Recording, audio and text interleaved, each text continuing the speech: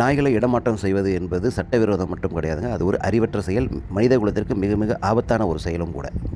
இங்கேருந்து அங்கே விரதம், அங்கேருந்து இங்கே விரதம் எப்படிங்க ஒரு அறிவார்ந்த செயலாக இருக்க முடியும்? இப்படி ஒரு அறிவற்ற செயல் தான் கடலூர் மாவட்டம் ரெட்டிச்சாவடி காவல் நிலையத்துக்கு உட்பட்ட பெரிய காட்டுப்பாளையம் பகுதிகளில் இருக்கிற அனுராகா சேட்டிலைட் டவுனில் நடந்திருக்கு.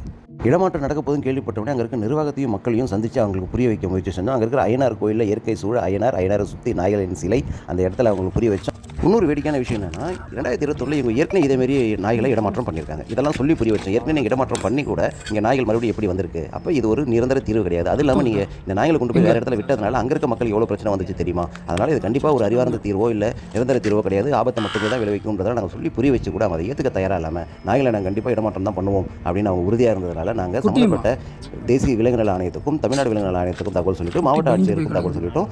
அருகில் இருக்கிற ரெட்டிச்சாவடி காவல் நிலையம் ஆய்வாளர்கிட்ட சொல்லி தகவல் சொன்னதுக்கு அப்புறம் கூட அவங்க 20ஆம் தேதி நாய்களை இடமாற்றம் செய்திருக்காங்க.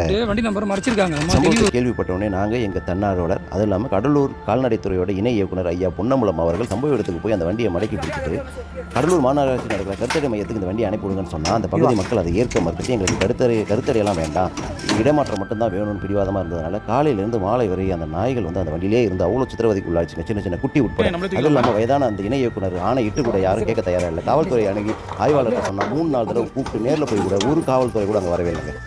நாங்களும் பிடிவாதமாக இருந்ததுனால மாலை 7 மணிக்கு மேலே அந்த நாய்கள்லாம் விடுவிக்கப்பட்டது.